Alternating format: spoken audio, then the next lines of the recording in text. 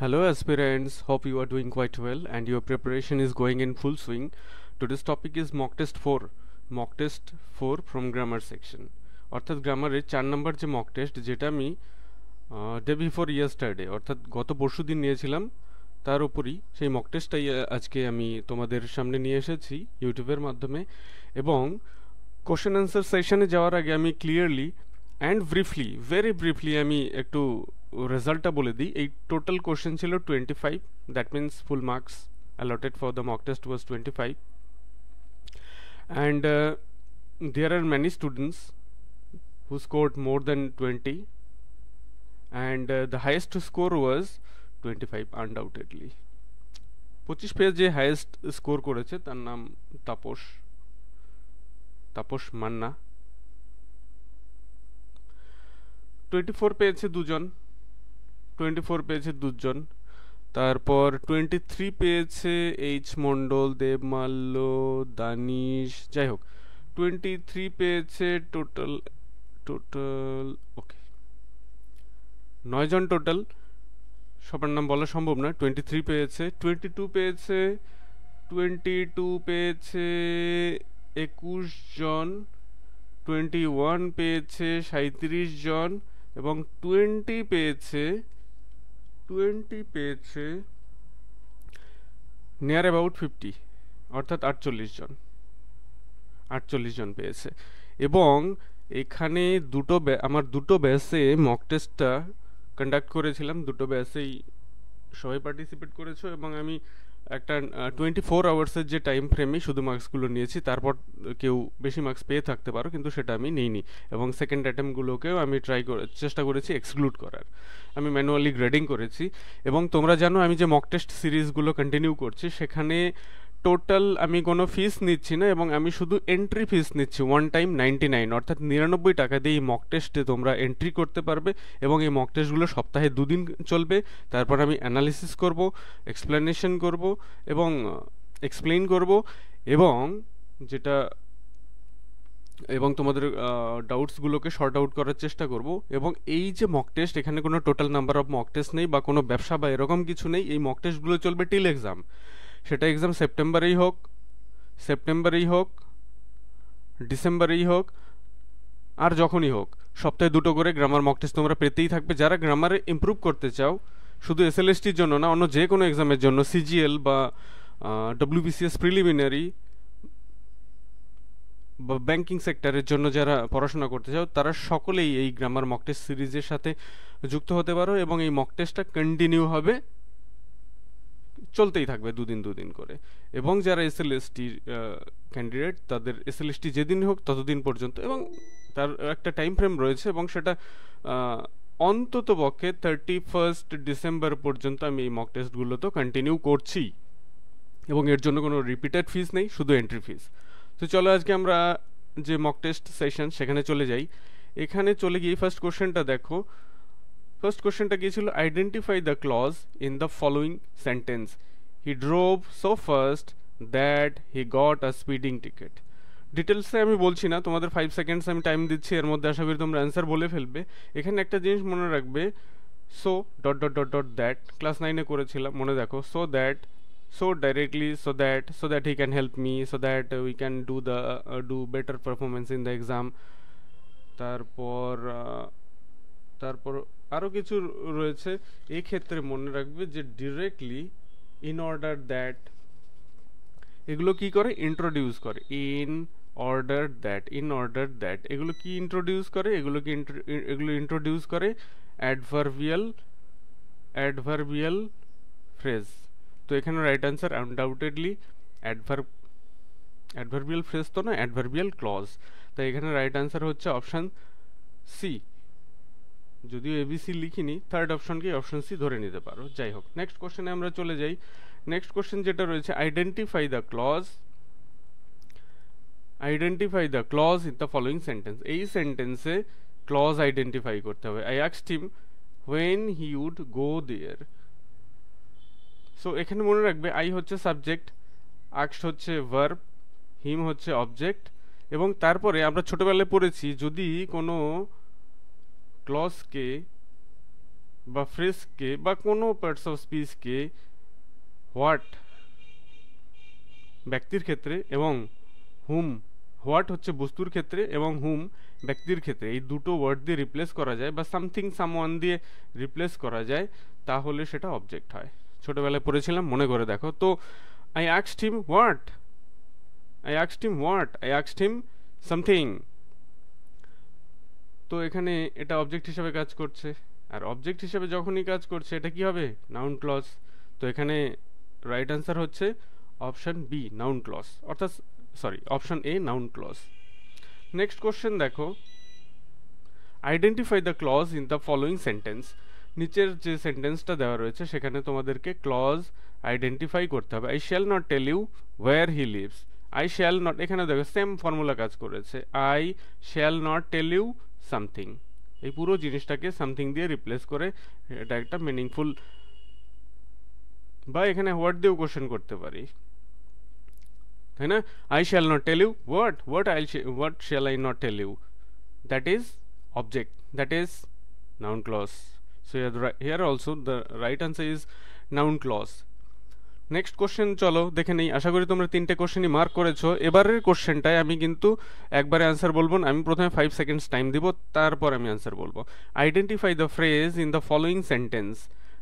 নিচের সেন্টেন্স এটা একটু বোল্ড করে দিলে ভালো হতো। Arnold hopped to find an answer to the funding shortfall. তো অপশনসগুলো দেখো, 5 সেকেন্ডসের মধ্যে তোমরা ট্রাই করো রেসপন্ড করার, তারপর আমি অ্যান্সার বলে দিচ্ছি। এখানে অপশনস রয়েছে কি, prepositional phrase, participial phrase, gerund, infinitive. Arnold hoped, আচ্ছা এখানে একটা জিনিস খেয়াল রাখবে যে Arnold hoped something, noun, noun phrase, এটা তো বুঝে গেলাম। এটা নাউন ফ্রেজের মধ্যে আবার দেখো এটা ভার্ব প্লাস আইএনজি তে জিরান্ড হয় এবং টু প্লাস ভার্ব এই ফর্মে হয় ইনফিনিটিভ, এবং জিরান্ডের সাথে যখন আরো কিছু অংশ বা ওয়ার্ডস বা ওয়ার্ড যুক্ত থাকে তখন সেটা হচ্ছে জিরান্ড ফ্রেজ, এবং যখন টু প্লাস ভার্ব ইনফিনিটিভের সাথে পার্টস অফ সেন্টেন্স বা ওয়ার্ড বা ওয়ার্ডস যুক্ত থাকে তখন সেটা কিন্তু ইনফিনিটিভ ফ্রেজ হিসাবে কাজ করে। সো এখানে রাইট আনসার হচ্ছে infinitive phrase. Here the right answer is infinitive phrase বা noun phrase. তো আশা করি তোমরা এটাও রাইট আনসার করেছো। 5 নম্বর কোশ্চেনে চলে যাব। Identify the phrase in the following sentence. Identify the phrase in the following sentence. সেন্টেন্সটা দেখি, Katrina who resented being left at home drew on the walls with her crayons. Okay, 5 seconds time দিচ্ছি। Options হচ্ছে prepositional phrase, participial phrase, পার্টিসিপিয়াল হচ্ছে না, জিরান্ডের কোনো ব্যাপারই থাকছে না, ভার্ব আইএনজি হতে হবে, ইনফিনিটিভ কি করে হয়। সো এখানে উইথ হচ্ছে প্রিপোজিশন, উইথ এখানে প্রিপোজিশন এবং উইথ তারপরে একটা অবজেক্টিভ কেস নিয়েছে, অবজেক্টিভ কেস নিয়েছে প্রিপোজিশনের পর। So with what, with her crayons, তাই এখানে এটা হবে প্রিপোজিশন ফ্রেজ।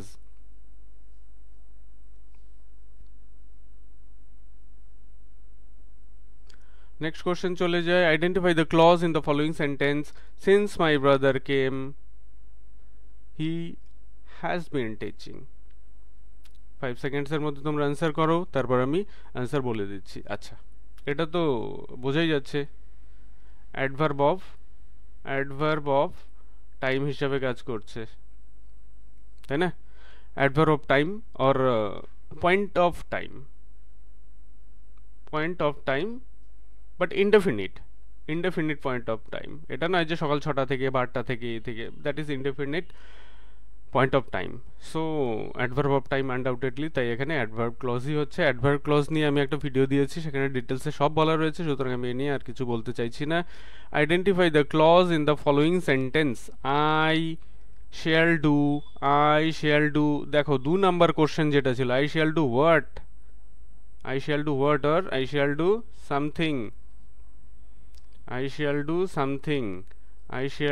সামথিং, অবজেক্ট হিসাবে কাজ করছে। I shall do what something, object হিসেবে কাজ করলে কোন ক্লজ হয়? তোমরা ভালো করে জানো সেটা নাউন ক্লজ হয়। তারপর 8 নাম্বার কোশ্চেন দেখি, এবারও আমি 5 সেকেন্ডস তোমাদের দিব, তারপর আমি অ্যান্সার বলবো। চলো 8 নাম্বার কোশ্চেনটা দেখে নাও। Identify the phrase in the following sentence. এখানে ফ্রেজ তোমাকে, আচ্ছা আমি টপিকটা হয়তো বলে দিইনি, এটার টপিক ছিল ফ্রেজ অ্যান্ড ক্লজ। ফ্রেজ ক্লজের উপর এই মক টেস্টটা ছিল, ফ্রেজ অ্যান্ড ক্লজের উপর এই মক টেস্টটা ছিল। Identify the phrase in the following sentence, এখানে ফলোয়িং সেন্টেন্সের যে ফ্রেজটা আন্ডারলাইন করা রয়েছে সেটাকে টাইপ বা সেটা আইডেন্টিফাই করতে হবে। Keith tried supporting both teams but his heart was with ওরিগা। আচ্ছা একটা জিনিস খেয়াল রাখবে যে এখানে তো Keith tried what, Keith tried something, yes এটা নাউন, এটা কিন্তু নাউন ফ্রেজ হচ্ছে, এই ব্যাপারে তো আমরা ক্লিয়ার, ওকে। কিন্তু এখানে প্রিপোজিশনাল ফ্রেজ কি করে হয়, কোনো প্রিপোজিশন নেই। পার্টিসিপিয়াল ফ্রেজ, পার্টিসিপাল তো অ্যাডজেক্টিভ হিসেবে কাজ করে এবং সেটা একটা নাউনকে ডিনোট করে, কিন্তু এখানে তো এই পুরো সেকশনটাই নাউন হিসেবে কাজ করছে, আর নাউনকে কি ডিনোট করবে, অবজেক্ট হিসেবে। We tried something. জিরান্ড, হ্যাঁ ভার্ব আইএনজি রয়েছে এবং নাউন হিসেবে কাজ করছে, verb ING form that is functioning as a noun, so gerund applicable. ইনফিনিটিভে তো কোনো প্রশ্নই আসছে না, so here right answer is option 3। এটা হচ্ছে জিরান্ড ফ্রেজ বা নাউন ফ্রেজও বলতে পারো। তো চলো আমরা কোশ্চেন নাম্বার 9-এ চলে যাই। Identify the phrase in the following sentence. Okay, the reporter crossed behind the tree got the best picture of the arrest. আচ্ছা দ্য রিপোর্টার এটা তো নাউন বা এখানে সাবজেক্ট হিসেবে কাজ করছে। এখানে দেখো ক্রসড বিহাইন্ড দ্য ট্রি, এর কি পজিশন, লোকেশন বা কন্ডিশন বা অবস্থা বোঝাচ্ছে। ডিনোট করছে কাকে, এই পার্টটা ডিনোট করছে একটা নাউনকে। নাউনের দোষ, গুণ, অবস্থা যখন কোনো কিছু ডিনোট করে সেটা কি হয়, আমরা তো জানি অ্যাডজেক্টিভ হয়। আর অ্যাডজেক্টিভ যদি হয় সেটা তো either adjective clause or relative clause, sorry relative phrase or adjective phrase, নয়তো এখানে এই যে ক্রাউসড এটা হচ্ছে কি ভার্বের থার্ড ফর্ম, যেটাকে বলা হয় পাস্ট পার্টিসিপল ফর্ম অলসো। তাই এটাকে আমরা কি বলবো, আশা করি তোমরা বুঝে গেছো, পার্টিসিপিয়াল ফ্রেজ। কারণ এখানে এলিমিনেশন করে তোমরা অ্যান্সার বের করতে পারো। জিরান্ড আইএনজি নেই, হবে না। প্রিপোজিশনের ইন্ট্রোডাকশন সেকশনে বা এই প্রিপোজিশন ক্লজটা ফ্রেজটা ইন্ট্রোডিউস করেনি, হতে পারে না। ইনফিনিটিভ তো নেই, হতেই পারে না। সো এলিমিনেশন করেও কিন্তু তোমরা এই কোশ্চেনগুলো অ্যান্সার বের করতে পারো। কোশ্চেন নাম্বার 10-এ চলে যাই। Identify the phrase our boss supports what. আমাদের বস কি সাপোর্ট করেন, হোয়াট। কোশ্চেনের অ্যান্সার আশা করি পেয়ে গেছো। তো এই যে পুরো সেকশনটা যেটা আন্ডারলাইন করা হয়েছে সেটা কিন্তু our boss supports something, our boss supports what, এটা কিন্তু নাউন হিসেবে কাজ করছে। নাউন হিসাবে যদি যখন কাজ করছে, এখানে একটা জিনিস এবং ভার্বের আইএনজি ফর্ম রয়েছে। এখানে দেখো আওয়ার বস সাপোর্টস, সাপোজ এরকম দেখো, আই লাইক সুইমিং, এটা জিরান্ড। কিন্তু যখন বলবো I like swimming in the pond, এই পুরোটা তখন কি হয়ে যাচ্ছে, শুধু সুইমিং হলে সেটা হচ্ছে জিরান্ড, কিন্তু জিরান্ডের সাথে যখন আরো কিছু পার্টস যুক্ত করব তখন সেটা কি হচ্ছে জিরান্ড phrase. I like what, I like swimming, এখানেও দেখো তাই রয়েছে। আর বস সাপোর্টস হোয়াট, ডোনেটিং। শুধু ডোনেটিং যদি হতো সেটা হতো কি জিরান্ডের সাথে পার্টস আরো ওয়ার্ডস রয়েছে। So this is an example of undoubtedly gerund phrase. So here the right answer is gerund phrase or noun phrase. Option যাই থাকুক ঠিকঠাক সেগুলোকে মার্ক করবে এক্সামে। Identify the clause in the following sentence. আচ্ছা, I shall do whatever দিয়ে এখানে clause start হয়েছে, আই শ্যাল ডু সামথিং। সুতরাং এই পার্টটা অবজেক্ট হিসাবে কাজ করছে, এখানে আমি আর কিচ্ছু বলতে চাইছি না। তো এটা হচ্ছে নাউন ক্লজ। নেক্সট কোশ্চেনে চলো, 12 number question, identify the clause in the following sentence. Okay, while it was raining, while it was raining, time. সুতরাং এটা তো অ্যাডভার্ব অফ টাইমই হচ্ছে। while it was raining R when it was raining এগুলো সব adverb of টাইমকেই denote করছে এবং সেগুলো অ্যাডভার্ব ক্লজ হয় বা অ্যাডভার্ব ক্লজকেই ইন্ট্রোডিউস করেছে এখানে while। Question number 13 dash, she was walking along the garden, she found a very rare flower। because she was walking কোনো সেন্সই হচ্ছে না, provided that she was walking along the garden না, so that কি করে হয়, while কোনো একটা সময় একটা কাজ করার সময় আরেকটা কিছু ঘটে গেছে বা দেখে ফেলেছে, তখনই আমরা while ইউজ করি। while she was walking along the garden she found a very rare flower। এটা সবাই ঠিক করেছো দেখেছি আমি। Identify the adverb phrase in the sentence given. এখানে সেন্টেন্সটা দেখো, এখানে অ্যাডভার্ব ফ্রেজ, তো প্রথমে তো ফ্রেজটা দেখে নাও, তারপর he went to the science exhibition. যদি সায়েন্স এক্সিবিশনকে আমরা ফ্রেজ হিসাবে ধরি তাহলে এটা কাজ করছে নাউন ফ্রেজ, কিন্তু এখানে চেয়েছে কি অ্যাডভার্ব ফ্রেজ। অ্যাডভার্ব ফ্রেজ হলে সায়েন্স এক্সিবিশন না দিয়ে আমরা তাহলে টু থেকে ধরি, যাতে একটা ভার্বকে ডিনোট করে। হি ওয়েন্ট ওয়্যার, প্লেস বোঝাচ্ছে, adverb of place. He went there. আচ্ছা, এই দেয়ারটা কি adverb of ADV of place, তাই না? এখানেও দেখো হি ওয়েন্ট দেয়ার, দেয়ার ঠিক যেভাবে আমরা সেন্টেন্স ইউজ করতে পারি, এই পুরো ফ্রেজটাকে ঠিক সেইভাবেই আমরা ইউজ করতে পারি। সুতরাং এটা কি হচ্ছে, রিজেম্বলিং, it's functioning just like an adverb. So this is undoubtedly an example of what, adverb phrase, এবং সেটাই চেয়েছে। তো here right answer is option D, to the science exhibition, to the science exhibition. Next কোশ্চেনে চলো আমরা চলে যাই। Choose the adverb phrase. এখানেও তাই একই কথা বলেছে, অ্যাডভার্ব ফ্রেজ চুজ করতে হবে used in the given sentence from the options given below. আচ্ছা, এখানে আমরা ফ্রেজটাকে আইডেন্টিফাই করার চেষ্টা করি আগে। তারা রোট দ্য লিভ লেটার। আচ্ছা, তারা রোট, এখানে দেখো এইভাবে ক্লজ ফ্রেজ বের করো, তারা wrote what the leave letter. What, যেহেতু হোয়াট এটা হচ্ছে নাউন ফ্রেজ, তাই কি না? তারা রোট দ্য লিভ লেটার, তাহলে দ্য লিভ লেটার এটা নাউন ফ্রেজ হচ্ছে, এটা হচ্ছে না। এখন যদি এই পার্টটা আমি সরিয়ে রাখি, তারা রোট ইউজিং এ পেন্সিল, এটা ডিনোট করছে কাকে? তারা রোট কিভাবে লিখলো? Using a pencil. তাহলে এই অংশটা ডিরেক্টলি একটা ভার্বকে ডিনোট করছে। যখন কোনো পার্টস অফ স্পিচ ভার্বকে ডিনোট করে বা ভার্বকে মডিফাই করে তখন সেটা অ্যাডভার্ব হয়, তোমরা পড়েছো বহুবার, তাই তো? তারা রোট ইউজিং আ পেন্সিল, তাহলে এই পার্টটা অ্যাডভার্ব হিসাবে যেহেতু কাজ করছে, এখানে অ্যাডভার্বিয়াল ফ্রেজ কোনটা হবে? Using a pencil, using a pencil. পরের অপশনগুলো আর দেখছি না। কোশ্চেন নাম্বার 16-এ চলে যাই। Dash, they have passed the stamina test, they can get their scuba driving certificate. Okay,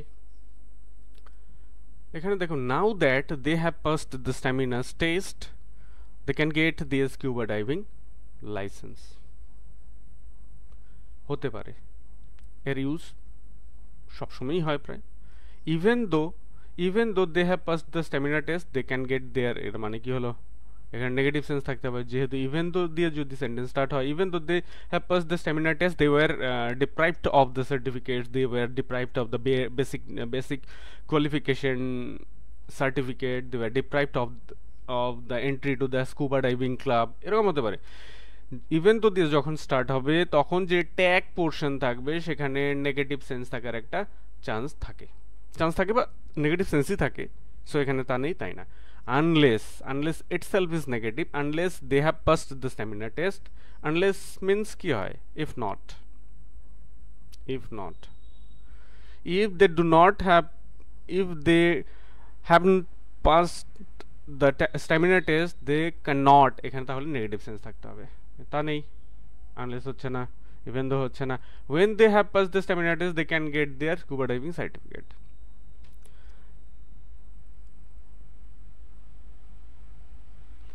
এটা হবে মনে হচ্ছে, but when they have passed না করে when they passed the stamina test they can get,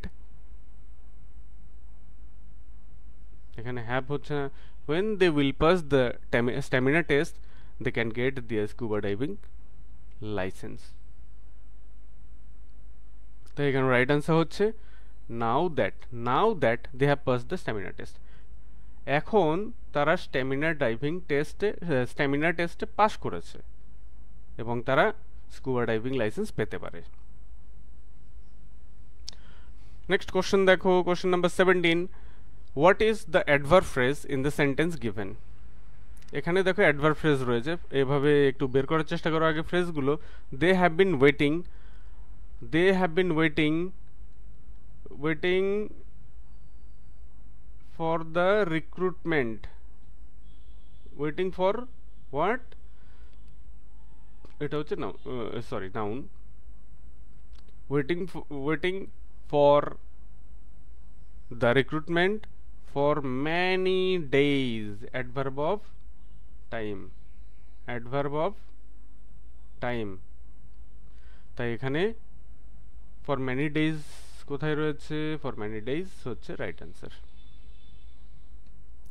they have been waiting, যদি এই পার্টটা আমি একটু ক্লিয়ার করে দেখাচ্ছি, যদি এই পার্টটা আন্ডারলাইন থাকতো for the recruitment they were waiting for, এখানে প্রিপোজিশনাল ফ্রেজ হতো, কিন্তু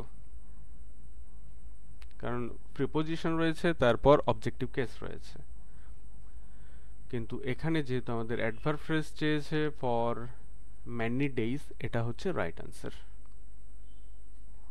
চলো কোশ্চেন নাম্বার 18 এ চলে যাই। The noun phrase used in the below sentences. আচ্ছা, এখানে দ্য কুইক ব্রাউন ফক্স, এটাই নাউন ফ্রেজ, এখানে দাটা নেই কিন্তু কুইক থেকেও ধরা যায়, দাটা এক্সক্লুড করেও এটাকে কিন্তু বলা যায়। এখানে রাইট আনসার হচ্ছে কুইক ব্রাউন ফক্স। এবং এই পার্টটা ওভার দ্য ফেন্স, আমি বলছি না, তোমরা আমাকে বলবে এই পার্টটা বা এই ফ্রেজটা which type of phrase is this, comment করে আমাকে তোমরা জানাবে। নেক্সট কোশ্চেনে চলো, 19, identify the adjective phrase in the sentence given. আচ্ছা, অ্যাডজেক্টিভ ফ্রেজ আমরা জানি অ্যাডজেক্টিভ হচ্ছে নাউনের দোষ, গুণ, অবস্থা ইত্যাদিকে ডিনোট করে। যাই হোক, এখানে দেখো অপশন কি রয়েছে, সেন্টেন্স কি রয়েছে, cheetah is much quicker than a deer.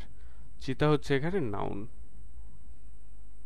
চিতা ইজ মাচ কুইকার, এই যে মাচ কুইকার বা much quicker than a deer, এই পুরো অংশটাও কিন্তু আমরা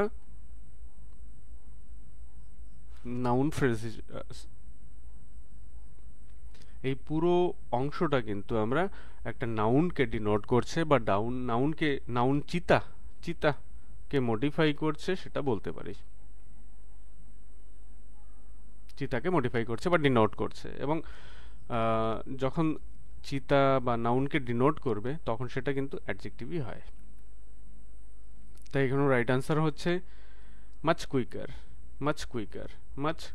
রাইট আনসার। কিন্তু যদি মাচ কুইকার দেন আ ডিয়ারও যদি থাকতো সেটাও কিন্তু আমরা আন্ডারলাইন করতে পারতাম, বা সেটা যদি অপশনে থাকতো সেটাও আমরা দিতে পারতাম। তো চলো আমরা নেক্সট কোশ্চেনে চলে যাই। Mira looks at her husband, এটা তো বলার কোনো প্রশ্নই আসে না, এখানে as if Mira looks at her husband as if she has not seen him before. আচ্ছা, এটা কোন ক্লজ বলো?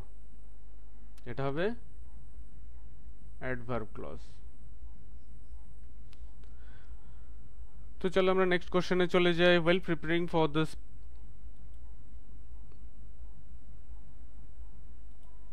while preparing for the speech, Joe could not help but worry about his entrance.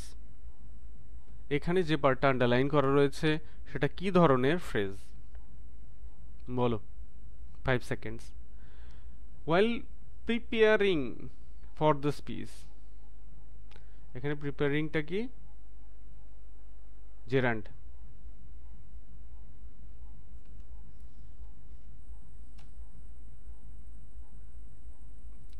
তাই এটা কিন্তু নাউন ফ্রেজ হিসেবেই কাজ করছে। while preparing, while what, while something, while what, এটা কিন্তু নাউন হিসেবে কাজ করছে এবং এর সাথে যখনই ফর দ্য স্পিচ যুক্ত হয়ে গেল তখন সেটা নাউন ফ্রেজ হয়ে গেল এবং ভার প্লাস আইএনজি হওয়ার কারণে এটা হলো কি জিরান্ড ফ্রেজ। তাই এখানে রাইট অ্যান্সার হচ্ছে জিরান্ড ফ্রেজ তো নেই, নাউন ফ্রেজই হবে। চলো নেক্সট কোশ্চেনে চলে যাই। 22 choose the adjective phrase used in the given sentence from the options given below. Options থেকে অ্যাডজেক্টিভ ফ্রেজটাকে আইডেন্টিফাই করো।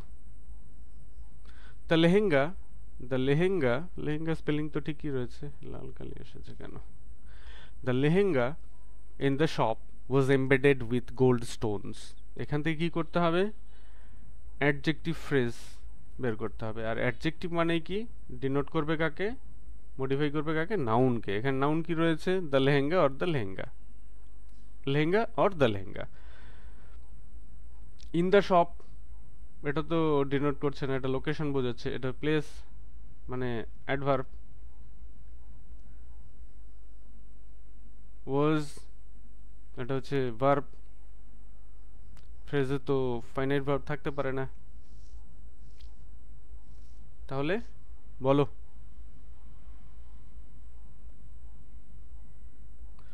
তাহলে এখানে এই লেহেঙ্গাকে ডিনোট করছে কে? যেটা উইথ গোল্ড স্টোনস, মানে গোল্ড স্টোনস রয়েছে যাতে, সেই লেহেঙ্গা। মানে লেহেঙ্গাটার কোয়ালিটি বোঝা যাচ্ছে যে stuffed with, embedded with gold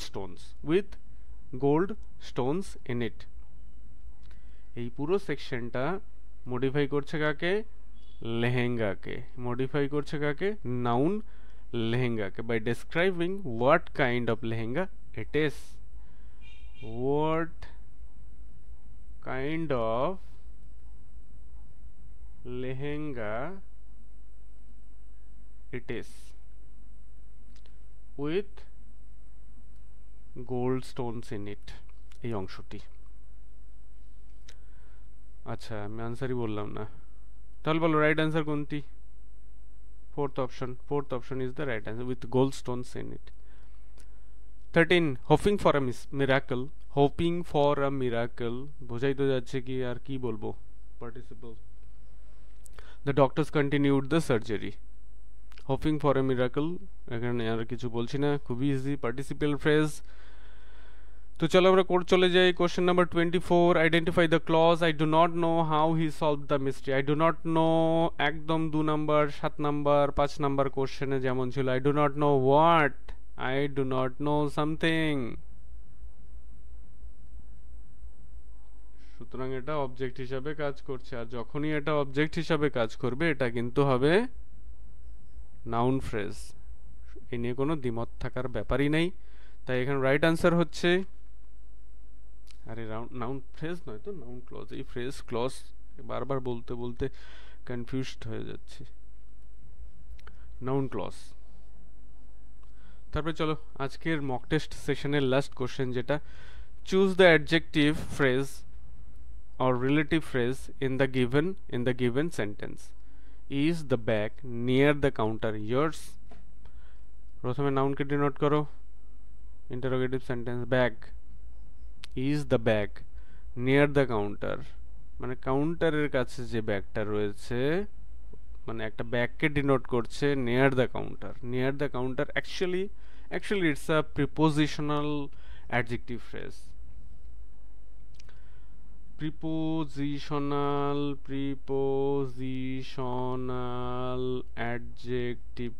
adjective phrase, এটা আসলে প্রিপোজিশনাল অ্যাডজেক্টিভ ফ্রেজ। ওকে, আর তাই যদি হয়, তাই তো চেয়েছে, অ্যাডজেক্টিভ ফ্রেজই চেয়েছে সে, বাট প্রিপোজিশনালি হোক আর যাই হোক, অ্যান্সার আমরা পেয়ে গেছি নিয়ার দ্য কাউন্টার। কারণ এই যে নিয়ার দ্য কাউন্টার, এই মহাশয় কিন্তু ব্যাগ নামক নাউনকে মডিফাই করছে বা ডিনোট করছে। তো এই ছিল আজকের প্রেজেন্টেশন। তোমরা জানাবে কেমন ছিল কোশ্চেন্সগুলো কমেন্ট করে। যদি ভালো লাগে অবশ্যই লাইক দিবে, এবং আমার চ্যানেলে যদি নতুন হও সাবস্ক্রাইব করতে ভুলবে না। এরকম মজাদার মজাদার এমসিকিউস অন গ্রামার এবং গ্রামার প্র্যাকটিস সেটস আমি নিয়ে আসবো from time to time for ensure your language learning skill, for ensuring to ensure the development of your language learning skills. So thank you again for watching the video.